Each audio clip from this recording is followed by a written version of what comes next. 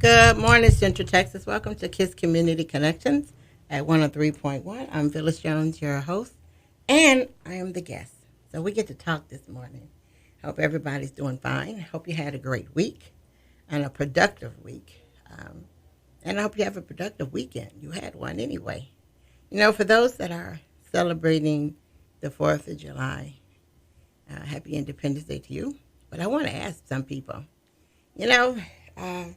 Juneteenth was just declared a national holiday, which means that June 19th, 1865, when the slaves in Texas found out they were free, that was their independence. So it was July 19th, 1865 was the independence.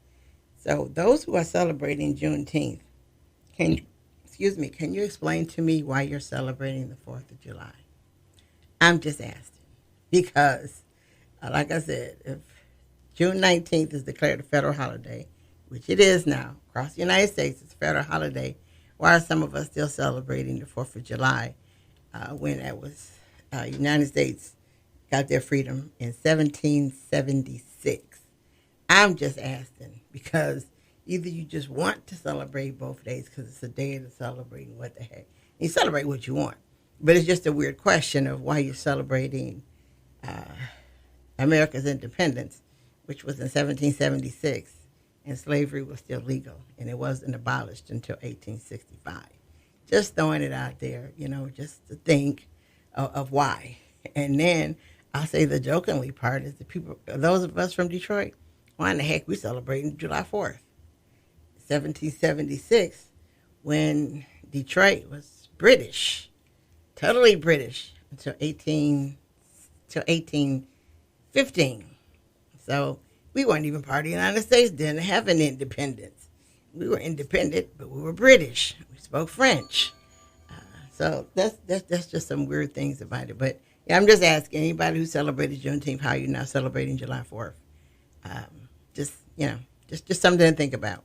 I know, no one's thinking about it that way. Then again, somebody else probably is nuts like me who thought about that. I thought about that as I was thinking, because I do not celebrate July 4th. But I was also thinking that, wait a minute. We just got to celebrate in Juneteenth. So what's really going on? But that's just something to think about, just something I threw out there in the midair as a question. Because I celebrate holidays, and a lot of people I know do. We celebrate the holidays according to the meaning of the holiday. Go back to Memorial Day. Memorial Day is May 31st, but if we look back, the first Memorial Day was quite a long time ago, and it was the first of May, and it was when a group of African Americans realized that all the African American soldiers that had died, were all put in one big hole and thrown in there, and it took them some time. This group of slaves in South Carolina, it took them some time, but they took them all out and buried them in their own separate graves. So that was the first Memorial Day celebrated, yet it was moved to May 31st. So like I said, when we celebrate holidays, know what we're celebrating and know why. Don't just celebrate it because it's just the day and everybody said, let's do something about it. And back with Juneteenth, I would hope that Juneteenth doesn't become a commercialized holiday, because too many holidays are about commercialism rather than actually celebrations. So let me get off the subject of the holidays, and I just wanted to drop that off because this is the 4th of July. But also, if you want to celebrate the 4th of July, whether you know it or not, it's the 4th of July in I believe it's 29 or 30, is the birth of the Nation of Islam. I know some of y'all didn't know that was also on the 4th of July, but we want to celebrate something on the 4th of July, and it means people who look like us, and hey, there's for you. You got the birthday of the Nation of Islam. But I want to talk about something else that we aren't talking about. I mean, we talked about it on Facebook, the paper talked about it, but we didn't dig into it. We just left it alone. A couple of weeks ago, we woke up to the shocking news of there were 6 kids, six that we know of, 6 kids in Austin hanging out on 6th Street, And these 6 were 3 and 3. So 3 over here, 3 over there. These 2 groups of 3s did not get along. Okay, so we wake up to find out there was a shooting in Austin. One dead, and a lot wounded. And we're like, wow, what the heck happened? It was on 6th Street. So everybody's, what's happening? What happened? Then later you find out they arrested 1 person, and then they arrested 2 people, and then you found out that they were from Killeen area. And I'm going to say Killeen area because Killeen, Harker Heights, we're still the same. We're about the same. So we find out that these 2 young men are from our area. And we go, oh my gosh, gee whiz. They both in Austin on 6th Street. Both got guns.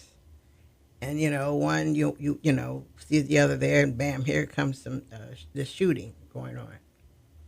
Okay, so we have to deal with that. We were like, oh my gosh. And then you found the kid was in summer school. Took him out of summer school, you arrested him, brought him back. One they already had, and he was a minor from our area.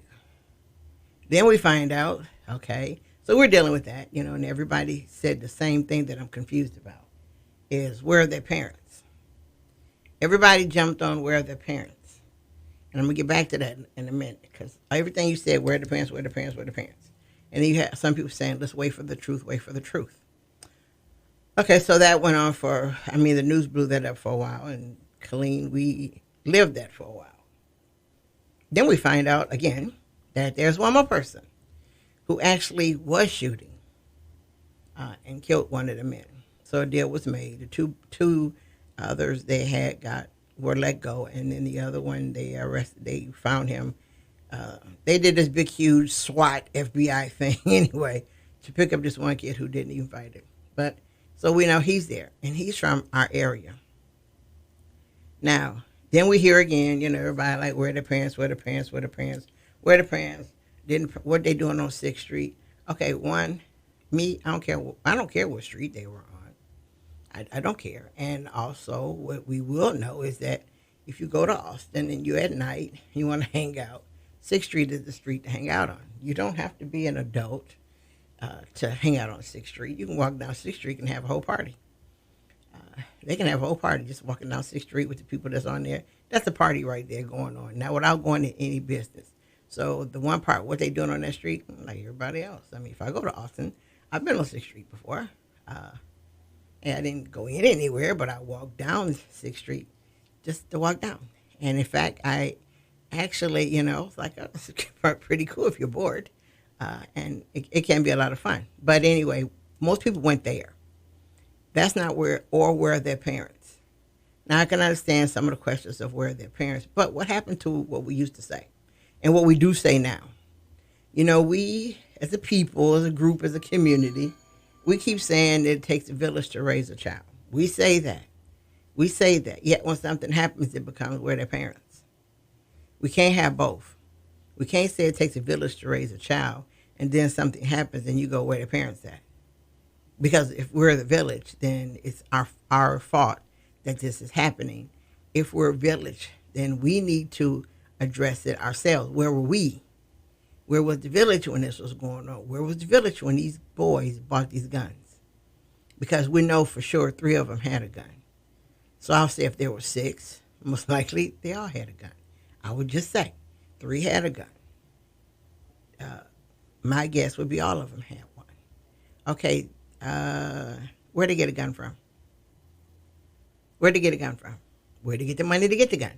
See, those are the questions I got. First of all, what were they doing with a gun?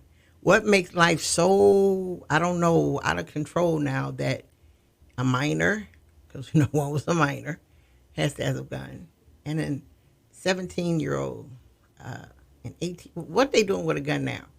And what are they doing with a gun going around? They were outside of their house. Not to say it's okay to have one in your house, but they were outside of their house in another city, walking down the street, and they had their guns with them. So have we gotten so far behind that we don't know that? Have we gotten so far behind that we're not realizing that? And are we contradicting what we always say? We cannot say it takes a village to raise a child, and then something happens and we go, where the parents at. See, we can't do that. We really can't do that because now there's two messages we're sending out, and both messages are going left. And they're not making any sense. I can't say that. Now I'm hiding behind words. See, now I'm saying, yes, this village issue, but when it happens up, I'm going to hide behind where the parents at. What are they doing? No, I need to ask you, what are we doing as a community? What are we doing? Have we so far out of touch with our own community, with our own youth, that first of all, they all got guns? That's question number one. Where the heck they getting these guns from? And they must be readily able to get them because they got them. You know, I have a granddaughter, and she's in that age group. Not to say she carries a gun, but I asked her, I'm like, hey, she said, you know, what? Are guns that easy to buy? You know, and she looked at me and cracked up laughing, right? So I realized at that point I was way out of touch. She goes, yes, grandmother, guns are easy to get. Okay, so I'm like, okay, let me stumble and ask the next question. I said, so do all teenagers know where to go get guns? She looks at me again. Yes, grandmother. You know, by then I was getting kind of nervous. So, you know, like, wait a minute, hold up. You know, I'm way far out removed. So I asked her, does she know where they get them from? She goes, yes. Once again, yes, grandmother. And she's answering these questions like, don't you know? You know, she was giving me the, you know how people answer a question as if you should already know the answer? That's what she was giving me, the yes, grandmother. I'm like, okay, whatever. So she told me what high school it was, and I'm not going to say what school it is. But, you know, her answers were letting me know that we are way behind our own kids. And we say we care about the future of our children. Well, we're not. If this could happen in Austin, and it happened in Killeen, too, because we found out that one kid had already shot this other kid in a week prior to the shooting in Austin. We didn't even know about that. We didn't even hear about that. So what's really going on? We didn't know that. You know, so now we've got a rival going on in our own city between Killeen and Heights. We have our own rivalry going on. We don't know nothing about it. We don't know nothing about it. And, you know, the sad part about this whole thing is I listen to the city council meetings not like everybody, but, you know, like most of us listen to the city council meetings. This wasn't brought up as a concern. I'm totally blown away by that. 6 young men, 6, not 1, 6, go to Austin. There's a beef. Bam, let's you know, this okay corral thing, and let's whip out guns and let's start shooting. Let's just start shooting. And our city council didn't bring that up as a concern. Oh, but by the way, let's take the community center that we have in Killeen, the Killeen Community Center, that's for the community. Let's take that, let's chop it up, let's restructure it, let's put some more money in to a building that we've already renovated. So, and let's turn most of it into a senior center. Mind you, on my right hand, I have 6 kids who had guns. I'll say all 6 of them did. And they're shooting up another city. They live in ours, so those guns are in our city. So we're reading this in the paper over here. And on the other hand, our city council is talking about taking away the community center, majority of it, and giving it to senior citizens. How'd that sound?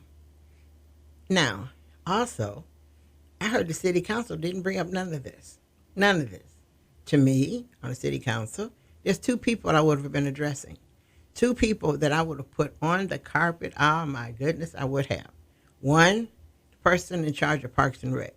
I'd have had them on the carpet so till they would have had, you know, carpet burns on their knees. Oh, yeah, we'd have been talking about that. Second, my police chief. We're fighting crime, but obviously we're doing a really bad job if kids can buy guns this readily. If kids can buy guns this readily, I mean, bam, just, you know, and there's nothing to it now. You know, for them, it's like buying a cell phone. I can buy one. You know, so apparently guns are easy to get, especially if a minor can get one. What the heck are you getting a gun for? But anyway, I would have had those 2 people on the carpet. We would have been addressing that issue because that is a hot issue. One, it's summertime. Big part, summertime. Some of these kids are in summer school, as we saw one was in summer school because they went and got them out of summer school.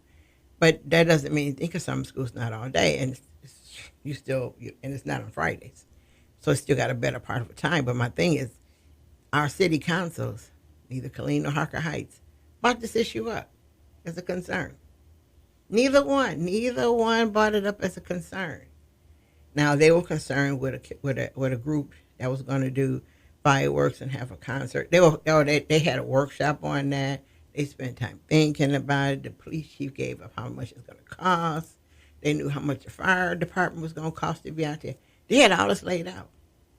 So this group couldn't do all of what they did, and so they virtually have changed it. But what I'm saying to that is that was a big concern. Oh my gosh, let's focus on that. But I didn't hear any focus on the shooting. I didn't hear any focus on the fact that we got some kids in our Killeen Heights area that have guns, first of all, they have guns and they're not afraid to use them. That's another thing. They got them, but they're not even afraid to use them. They weren't afraid to go out and just bam shooting. They were not afraid. They actually did this. Like I said, there was no fear, because if it was fear, they would have done it. There's no shame in their game. They got guns. It's cool for them. But wasn't even talked about in our area. These kids came from us. They came from Killeen. They came from Heights. They live in Killeen. They live in Heights. They go to KISD schools, those that are still of age to go. Yet, our city council, our own city council, didn't bring that up as a concern. Did not. But like I said, they're still moving forward with making the community center, you hear me saying it again, community center, turn it into a senior center. For real? First of all, how many darn seniors come to the senior center? I don't see many coming. I went, after I thought about it, I actually went. And I asked the lady how many, seniors come. First, she was going to give me an answer. Then I let her know I'm old enough to join the senior center. So then, okay, yes, this is what we do. How many people? She told me how many people come, really. Okay, like 50. You know how many senior citizens in the city of Killeen? A whole bunch more than 50. But it's not like a big deal is what I'm saying is. But our youth are our future. They're not our tomorrow because they're living here today. Those kids with those guns are not our tomorrow. That's our today. These kids are our today. So today, these 6 young men are growing up, and we're sitting back going, that's your mother's fault. That's your parents' fault. Where they at? Yet, on the back end, we're saying, oh, yeah, it takes a village to raise a child. So we're sending 2 messages to the same group of kids. You hear me right? So basically, we said nothing. We're not saying nothing. We're not controlling nothing. We're talking 2 different languages at the same time. So there's no concern about that. Now, on the other part, there's some groups. I'm not going to say what they are because then that tells you who they are. But there's some groups, and they're concerned about our young men, except for they don't do anything in the summer. These groups take a break in the summer, and then they come back in the fall because it's around school time. So they're working with the guys in the fall and the spring and all that. In summer, when school's out, see you later, goodbye. Okay, well, we need a little more. We need a little more than that. Because, you know what? I can take the smartest, good speaker. I can take that smartest child who's going to be that dynamic one, in school and all this. And then when he gets home and on the weekend, he's bored, so he's got a gun on the weekend and he's hanging out with the boys. Yet he's smart as I don't know what throughout the week. What are we doing for him? Because, see, what we didn't do is we didn't give them anything to do. Kids, we can't say kids need to entertain themselves because we as adults, we can't entertain ourselves either. We adults, we go out, not, to the club or whatever, but you go out to a play, to the movies, to go out to eat with your friends, you hang out a little bit. So there are things that we do. So we can't afford the kids to entertain themselves. But what we can do is make sure our community is structured enough with things for kids to do. But our communities aren't. Okay, Heights does have a rec center. They actually do. But I went to the rec center. It's kind of not conducive for what it needs to be. It really isn't, but they do have one, and they have a park, and is it conducive for what the community needs? Obviously not. Killeen, we have a recreation center, but you got to pay to get in there. And then it's not always where, boys and girls, but we're talking about the boys right now, love to play basketball, and it's cool, it's a sport. Excuse me, but they like to play basketball, but you can't go to the rec center and just play because somebody could be using it from 1 to 3, 5 to 7, whatever. So then it's not open for free use is what I'm saying. Just free time. So we don't have that. We have groups that have kids for sports, but they have a hard time finding a place to meet. How that sound? We have groups, we have people who want to do things with kids as far as sports, but they don't have a place to go. They don't have a place. And that's bad too, because we're saying no again. We're saying no once more. Then we find out that our community center, since it's going to be re-renovated again, and it's going to be a big, huge space for our senior citizens. And while it's shut down for this renovation, the youth on the north side of Killeen, where they going? They don't have nowhere to go. Is the city going to bus them to the recreation center across town on the south side of Killeen? Nope. No plans for that. None. No plans for that. Just bam, we shutting it down. Where you go, we don't care. Just bam, shutting it down. Who's fighting for that? I don't see any organization stepping up to the plate to say, hey, hold up, wait, stop. What about our kids? Haven't heard that. I haven't heard of a group. And I'm saying a group of men because these young men need men to talk to. They have enough of women probably to talk to. But where's the group of men going up to the city council going, hey, wait, hold up. Why are you trying to do this when this is what's going on? You see, sometimes events should make us rethink what we're doing. That event with 6 boys, we know that those 6 boys are connected to some that didn't go. We do know that. We're not crazy. We do know that those 6 have some in both areas. They just didn't go. We know. We know that. And since we know that, what are we doing? I'll tell you what we're doing. We're on Facebook. We're on Instagram and all those other things saying where their parents are. Because remember, the village issue is on the back burner right now. We don't want to take ownership of this. But guess what? This issue belongs to all of us. And if we don't stand up and fix it, it's going to get worse. Do we want what happened in Austin? Do we want that to happen in Killeen? Would we like that to happen in Killeen? Guess what? By the actions we have right now, yep, we want it to happen in Killeen. By the actions of our police department coming together, our rec center coming together and talking about this, that didn't happen.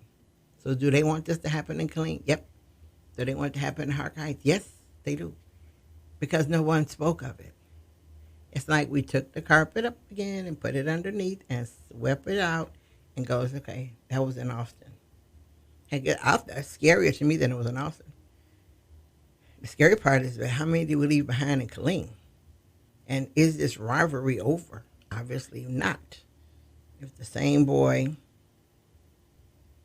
was there in Austin, another boy who shot him was in Austin, had a shoot, and the one shot the other one and Killeen in the leg a week prior to, then this isn't over yet. But once again, I'm in organizations. What are y'all doing? I don't see you stepping up. I haven't seen you at the city council meeting ask the city council people what we're going to do. I haven't seen it. I haven't seen you go to the city council and ask them, did they like it? Was it good? Did they clap their hands and go, yes, this wasn't in Killeen? Is everybody happy about it? No. Me, what have I done? I've talked to the police chief about it. Talked to the Parks and Recs about it. I did. I let them know that how they like what happened. I did. And they both said, no, they didn't. I'm like, yes, you did, because I didn't see it brought up. It was only brought up on the newspaper. It was brought up on social media. But that's not it. It should be brought up amongst the people. See, we should be concerned about that. Because what happened there could happen here. It can. It's the summertime. Kids are out. School. Community center. It's not really conducive anymore for a community center for the kids. Kids need more than basketball. Sure, kids play other sports. But what's going on? We're just sitting. Are we waiting for it to happen in Killeen? Are we just hoping it doesn't happen? But guess what? These kids have guns.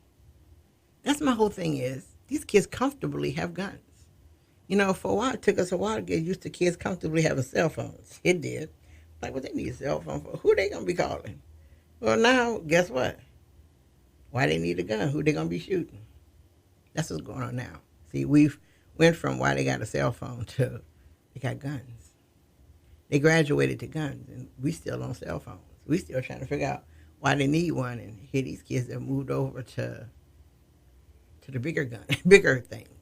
They went from arcade guns to real ones. You know, they've went from fighting with their fists to, I'm going to just shoot you and get it over with. So what are we doing, people? I'm just saying, what are we doing? These are our future. These kids are our future. We need to know it. Do you want the ones that are 17 and 18? That's our future. Those are our voting people. Those are the ones who are going to grow up to vote. Those are the ones going to grow up to be on our city council and our mayors and our governors. Those are the ones that are going to be there. They are them. And we have enough groups in Killeen. Well, enough that say, you know, they're all about the community, all about the kids. I don't know what kids they're all about, and I don't know what community they're all about. But I didn't hear a big meeting going on to discuss this subject. I didn't hear one. If there was one, I didn't know nothing about it. But I didn't hear a big all call to say, hold up. Let's for one find out where these kids, not why they have a gun. See, I don't want to know the why yet. I need to know the where they're getting them at. Because if I stop where they're getting them from, then I can fix the rest. But is there a meeting going on, you know, guys, men, where we can say that? But no. You know what I hear?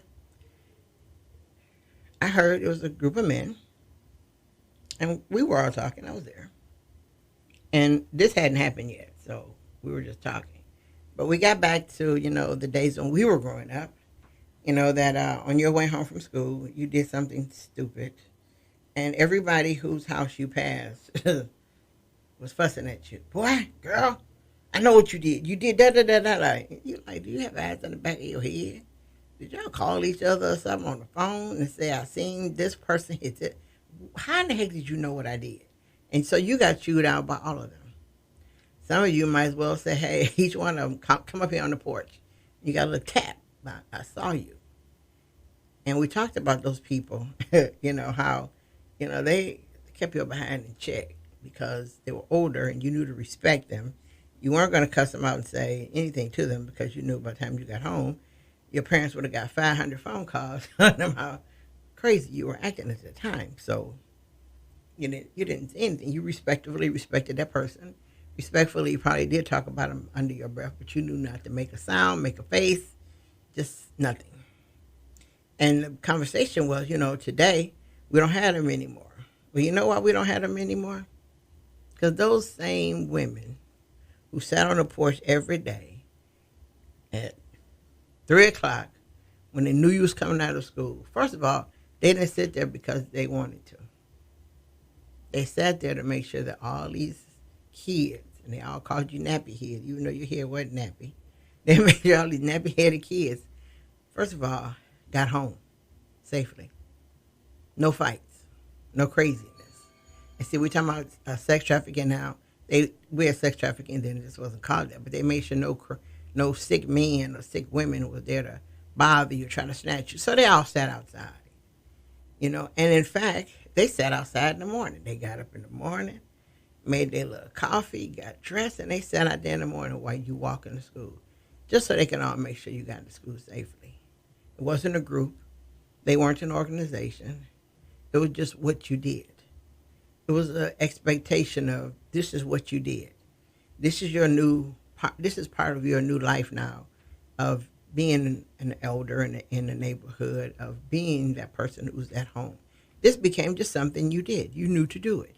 So yes, when we were going to school, she or he or they both were sitting on the porch when you went to school, and they were there when you got out. And the word is, where are they at now? Well, you know where they are now? The economy changed. So and I'm using Detroit because I'm from Detroit, so I don't know about where everybody else worked at. But, there was times when I say men work for the big three, auto workers. They made pretty good money, so the wife could stay at home. So she could sit on the porch and watch those kids going in the morning. Well, this is the new economy here. Things are expensive now. So she can't sit outside and on the porch and look out for the kids. She can't do that. She can't afford to, because now it takes two incomes. Unless one makes a tremendous amount of money, it takes two incomes. So she or he or they both can't sit outside anymore and watch your kids go by. They can't do that now because we're in a different economy. They can't afford to.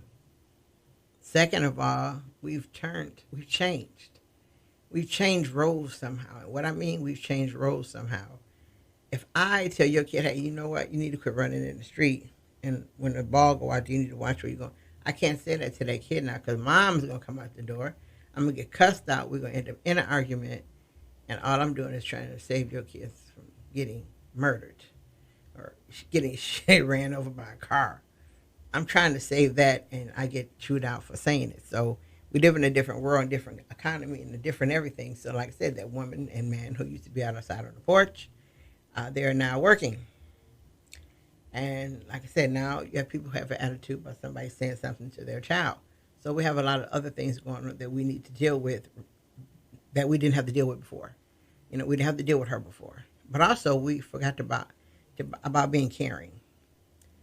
There was a time, and it wasn't 100 years ago, so we're not going to go 100 years ago. No, it wasn't very long ago that people in your block cared about what was going on. People cared about that girl, the lady down the street with those 4 kids, 5 kids. Her girl's head be looking terrible in the morning. Well, it was a time when women would get together. Hey, her kids, let's comb these kids' heads. So we would go down there, hey, Mom, we got your daughter's hair. We're going to do it the night before school and tie it down. She'll be ready to go. Okay. We helped her out. Okay. Then you had some women who didn't have no kids, had barrettes, rubber bands, bows, and all the other stuff. And then but she just picked them up because they might be needed one day.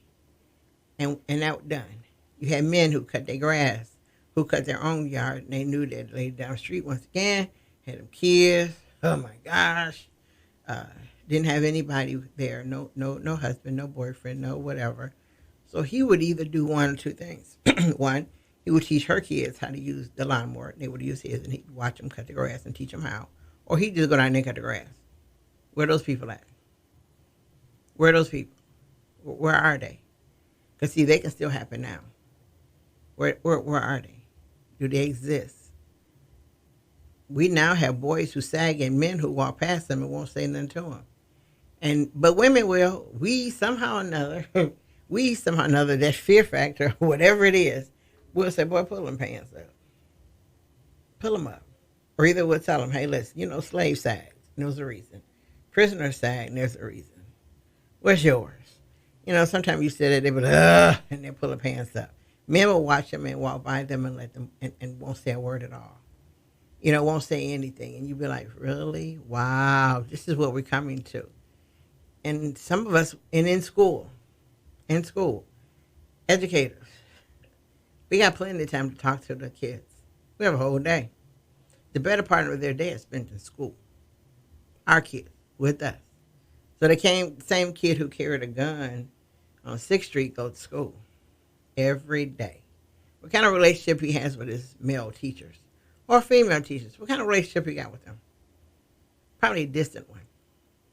Because, see, we forget about taking care of our kids, and we forget about doing the simple things. Some of the little simple things that matter. And what I say by that, I'm going to use myself. Yes, I work in school. I work at elementary school. My biggest part about kids is I can't stand ashy children. Everybody knows it too. Everybody know. I got issues with ashy children. That can, you don't understand. That could drive me crazy the whole day to see one kid walk past and I'm like, "Ugh," you know. So guess what? Since that's the issue I got, I buy lotion. I do. I buy a big bottle of lotion. And I look at these kids. I'm like, the legs is ashy. Most of the kids in school know me, and they be like, "Yes, I need some lotion." I have lotion. Oh boy, do I have lotion. I have it for them because it drives me up the wall to see it. You know, it gets on my nerves. You know, because I'm gonna have a cold, and me and the kid gonna have a whole deep conversation, not about just lotion, about a whole bunch of other things, so I can know where that. So I need to know where that came from. So I need to know where that started from. So we need to go back to doing that, educators. Those of us who work in school, I don't care who you are in school, you're an educator. If you're a custodian, you're an educator. If you work in the kitchen, yes, you're an educator. Because in every facet of a child's life, we can educate them and talk to them and find out things. You know, one little girl, she came to me one day. She said, "Miss Phillips, we don't have any lotion in our house and we don't have no lights." Woo! Okay. I was ready for the lotion part. Wasn't ready for the lights. But I guess she feels that, hey, listen, you provide lotion, you know, lights. I'm like, okay, I said, well, then here is my phone number. Have your mother call me if she wants some help. And by the way, here's the lotion. I'm like, here's the lotion. You know, so kids know that they can come and talk to you. This little girl figured, hey, you got lotion, maybe you know this. You know, and she took it upon her little self to solve the whole family problem. You know, I talked to the mom, got some help, lights back on. You know, so I solved the ashy legs and the electric bill. Hey. But sometimes we have to put ourselves in the way where kids feel so comfortable talking to us. They have to feel that way. About somebody has to be the one that they can just say, hey, hey, how you doing? And talk to them. We got to put ourselves in that position. See, too many adults, we don't have time. Actually, we do have time. We just say we don't have time. I don't have time to get into that. You know, we were in school again, and I'm watching this little girl, and she's on her knees scooting across the floor. Kids are playing the game, and she's scooting across the floor. So you know me. You know my focus was what? On that little girl scooting across the floor. She was my focus. I'm like, why is she doing this? I went and asked all the teachers in the room, well, all the people in the room, I said, staff, oh, she does this every day. Oh, okay. I walked up to her, and I stood dead in her way. I mean, in her way, I blocked her. So what are you doing? She didn't answer me. Okay. So she went around me, so I followed her. I did. I was on her nerve the whole time. I know I was on her nerve, but I was on her nerve on purpose. So I just kept on getting in her way. So how you doing? So hello. Finally, she looked up at me, hi. You know, she gave me the hi, like, hi, leave me alone, right? I was like, ha ha, that's not going to work. Anyway, she kept it up. And I'm like, she's doing this every time. Nobody's saying anything. Okay, that got on my nerves. All right, so then I went up to one of the staff people. I'm like, you know what? She has emotional problems. Why? Because she's doing this. So something's going on that's making her do that. Y'all know that, right? So they're looking at me, you know, and you know, the stop look, oh my God. I said, y'all, you do know if something's really going on with her and we don't address it, we're just as guilty as whoever's doing whatever is missing. We said we're just as guilty. So y'all know that, right? You know, so I got to look again. Oh my gosh, look. All of a sudden there was a rush to this little girl. Oh my gosh. You know, there was a rush to her and a bunch of intervention then, you know. So it was strange because the counselor came to my room and I need to talk to you for a minute. I'm like, what? She gave me the girl's name. We're going to have her tested. We're going to contact the parents. Oh, now that I start asking questions and getting a little more, asking the right questions, the questions I know to ask, a response came. Oh, my gosh, you know. So the counselor, you know, found out it was me making the first issue. So she flew to me because, first of all, I do a lot of things in the community. So she knew that, I'm not going to let anybody know that I'm letting this happen. So anyway, finally that's the girls. Her sister almost was doing the same thing. And all of a sudden the girls disappeared. I didn't see them anymore. So I realized at a time that they were taken away from their families because something was wrong. People, we need to step up and protect our children before they grow up to be the kids that we saw on 6th Street. See, if we don't do that now for our kids, they're going to grow up to be the same kids we seen on 6th Street. And those boys on 6th Street, today, we need to stop them from being somebody else. Because, see, A 14-year-old boy with a gun, he doesn't know what it's like to go to jail with a man that's 25. He doesn't know. He doesn't know that if he goes to jail now, juvie, then he goes to jail at 18. He's in there with someone older with life. He doesn't know how to deal with that. So he just knows to be the cool boy on the street that makes everybody scared because I got a gun. He doesn't know he's going to go to jail with somebody who's got 20 years to life in jail. If he has life in jail, he can't get no more time. So whatever he does to you, he can't get no more time for it. Well, again, if I got life and you're going to give me 50 years, okay, I got life plus 50 years. How that sound? If I have life, there's nothing else they can give me. Nothing. Nothing. You're going to give me life plus the next life? What? Yeah. You're going to give my soul like what? So there's nothing else. See, that little boy who's cool now with that gun on the street, he doesn't know how to deal with that. He doesn't know how. And that boy on the street with the gun, a man who's actually productive and doing what he's supposed to do, he doesn't know how to deal with him either. He doesn't know how to deal with him. If that man came up and hugged him, he wouldn't know what the heck to do. So I'm just saying right now, we need to go back. We need to step back and we need to think about our youth. What happened on 6th Street can happen in Killeen. It can happen anywhere. But since we're concerned about our area, it can happen here. So you know those people we call city council? We should be beating them in the head. The police chief, oh, we should be on his head too. Person in charge of Parks and Rec, we should be tap dancing on them. All these men's groups, we need to be asking them, what you doing? What time y'all's meeting, your meeting is to start to talk about this? What time is it? Call them up. What time is your meeting? What time? Because I know I have a couple of men listening today. And I'm asking them, what time is your meeting to help get this done? What time is your meeting when you're going to gather some men together and discuss what we're going to do about these boys? What are we going to actually do? You know, because we do have a habit of talking, and then we'll host one event, and then we'll go sit down. No, this is a long-time plan. And this plan doesn't end. Because he is the one who's a juvenile with a gun, he's going to grow up to be older, and somebody else is going to take his place. So how many of us know where you can buy guns at, and we don't say nothing about it? Because we don't want to get involved. If he shot at you, you'd be involved. So I'm just saying that, you know, what happened on 6th Street, let that be a wake up. Let this not be our new norm.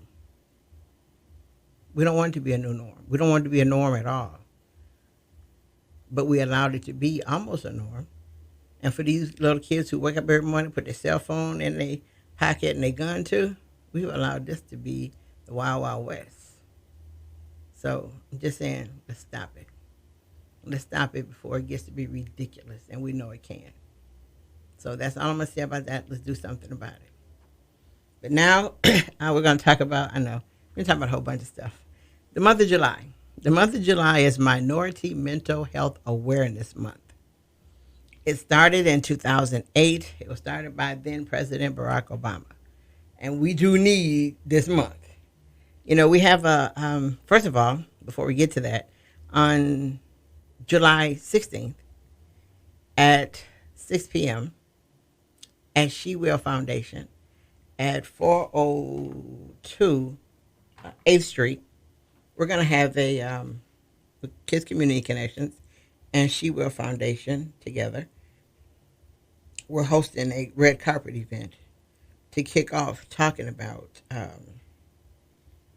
our lovely, I guess it's not lovely, but to talk about minority health awareness, because we got to talk about it. Because, you know, the more we leave it alone, the more it grows, and the more we become confused as to what's really going on. You know, it's become something like, what you want to say, like abuse. You know, the more we not talked about it, the more it climbed, and it got bigger, and it got so big until now we don't know what to do with it. Well, minority mental health awareness, we need to look it in the eye and say, we know who you are, and you've got to go. You've got to give it its walking papers and say, it's time for you to leave. But we need to identify it, and we need to address it and not be scared of it. Because right now, you know what? We're scared of it. In our communities, it hits the minority communities. It hits us pretty hard, and it hits us hard because we just let it go.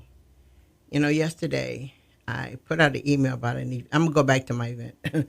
Put out an email about what we're doing on the 16th, and the 17th. I put out what we're doing, and I was talking about it, and this one guy sent me an email back, and he is Hispanic, and this is what he was saying. He said he used to work in a hospital, and he was on the psychiatric ward.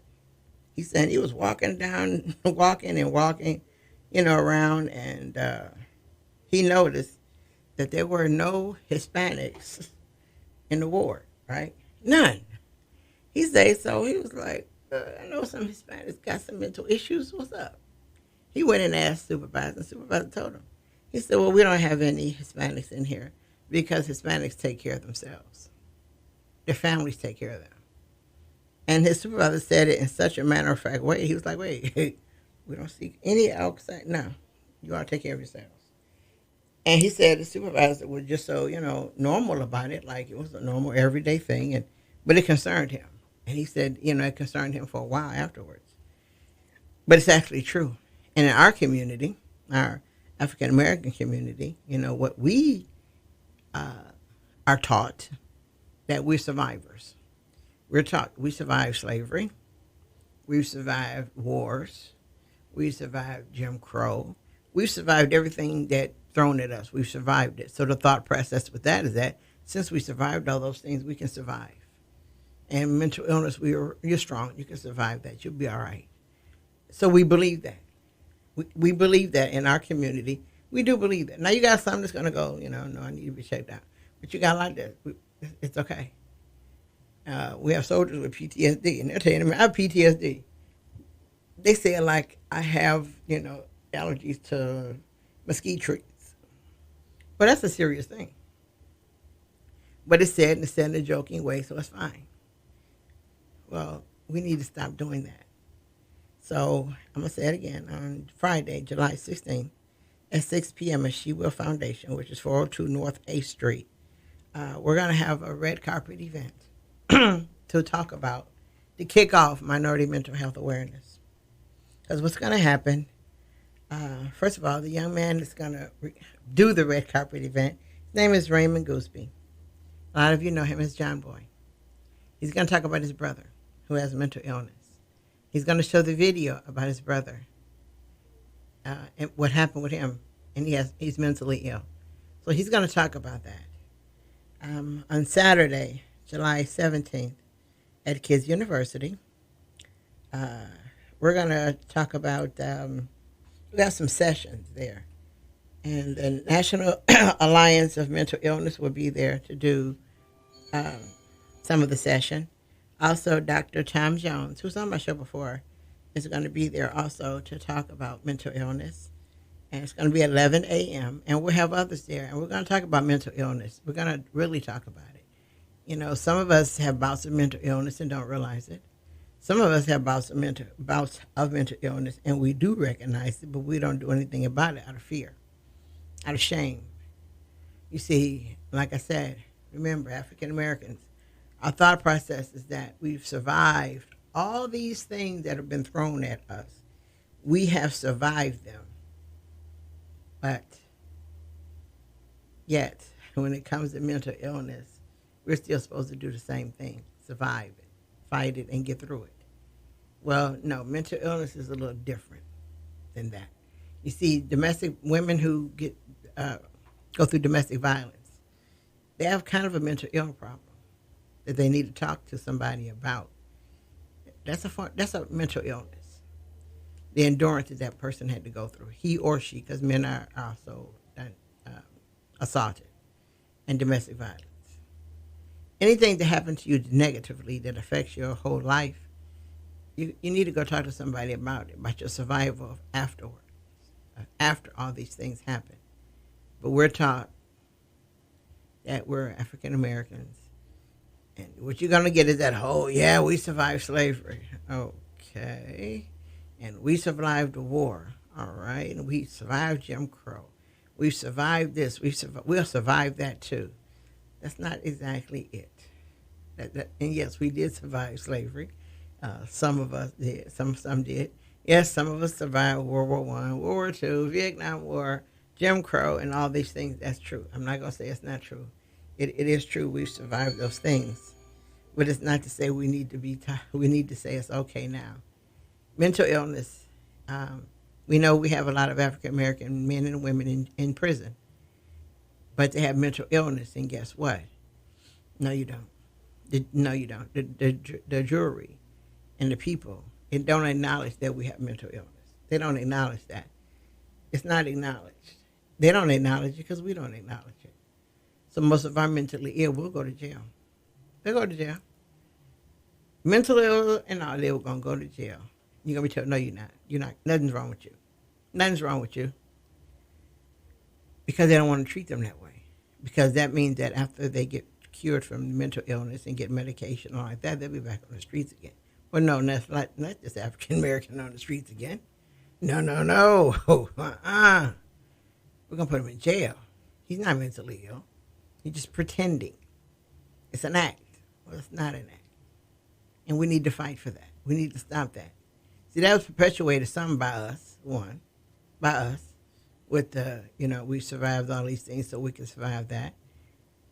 So, and it's still a stigma. Nobody wants to be said, nobody wants to know that you're mentally ill. Nobody wants it to be, I got a mental problem. Whoops, let me move away from you. You got a mental problem. No, instead of, what is it? What kind of mental problem you got? And sometimes our mental illness, we need to understand, doesn't need any, we don't need to be locked up. Might not need medication for it. You might need just to talk. Just to talk. And also sometimes we can have an issue that really, really gets you where you don't need, where you have, a short bout of just mental illness. Just a little bit of mental illness. But you need to talk to somebody about it. Sometimes our mental illness is a temporary issue. Last year, I'll say, when COVID came and all of a sudden we found out that we got to stay in the house. We can't do this, can't do that, can't do this.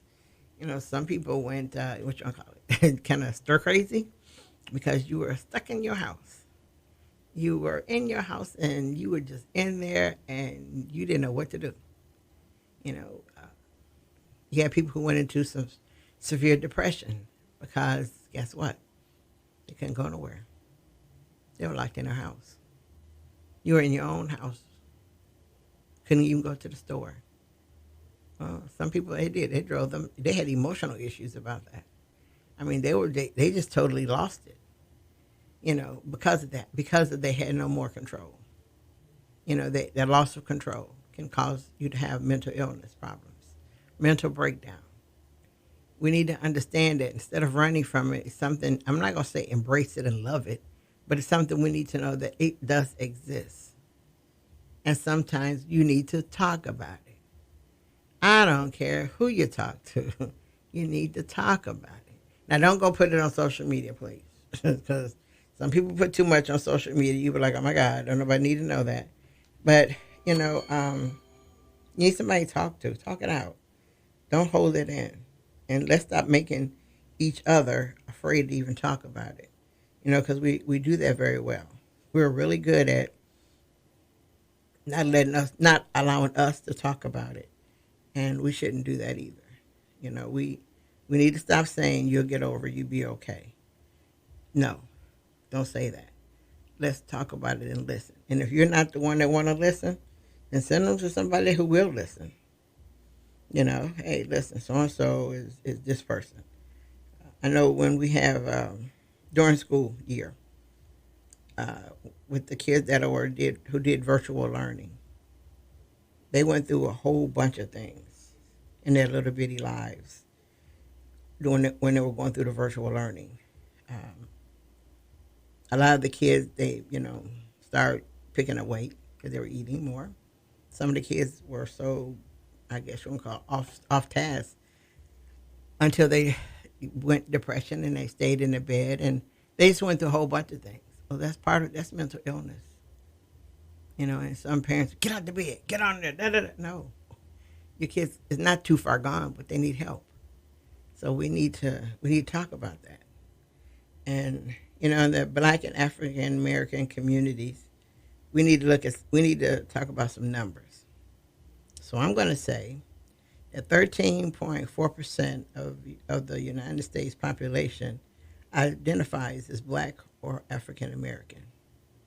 Okay, because some do, some don't.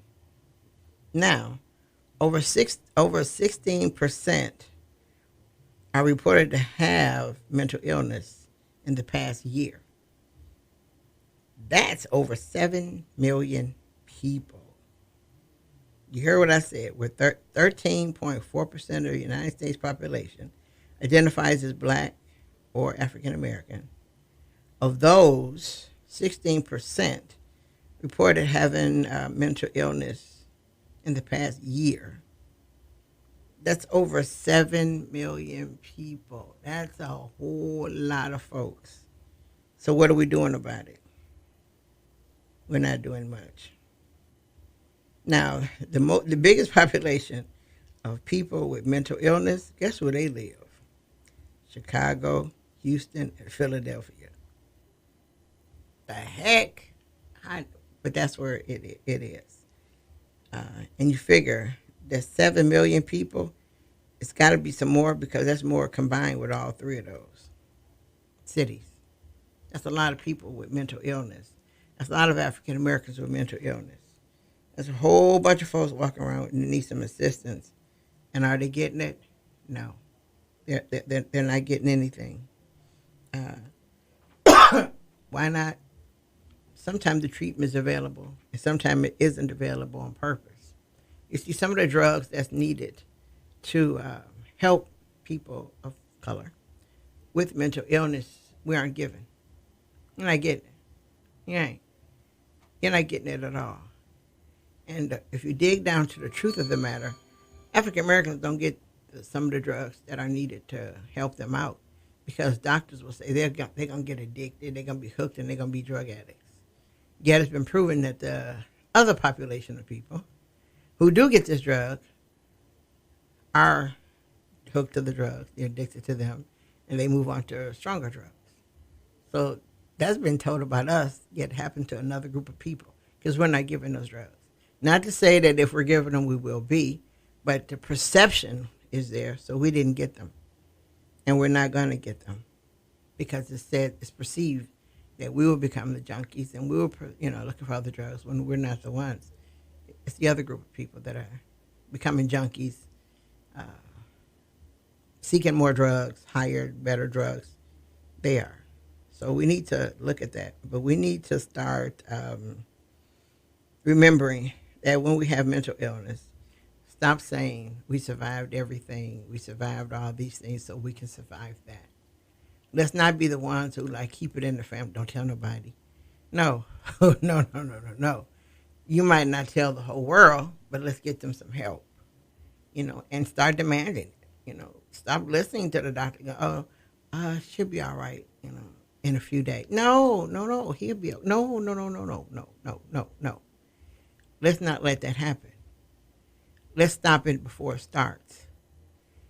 Let's go to our cities and our city council people, once again, what do y'all have for the mentally ill? Now, we know what happened in Killeen with the one guy. He had a mental issue. He was out of control. The first day, the family called. They called the right people. The right person came out and took him to Metroplex, Evan Health Pavilion. He was treated, and they followed the rules. The next day, he had the same thing going on with him, but they called an officer who wasn't trained, and the man ended up getting shot. We don't need that to happen in our community. We need to have some rules down so we can get these things done. But most of all, I hope you all come to the 2 events that I talked about, and we can learn more, because we need to quit shoving it under the carpet and pretending it doesn't exist. It does exist. If I tell you 7 million people in the United States that are African American or black, and they have mental health issues. That's a lot of people. That's all, and we know people with it. We know people right now. Each of you who listening can name somebody who has a mental illness issue. We don't talk about it, so let's start talking about it. I want to thank you for listening to Kiss Community Connections at 103.1 Kiss FM. I want you to always remember you cannot lead a positive life with a negative mind. We'll talk to you next Sunday. Bye now.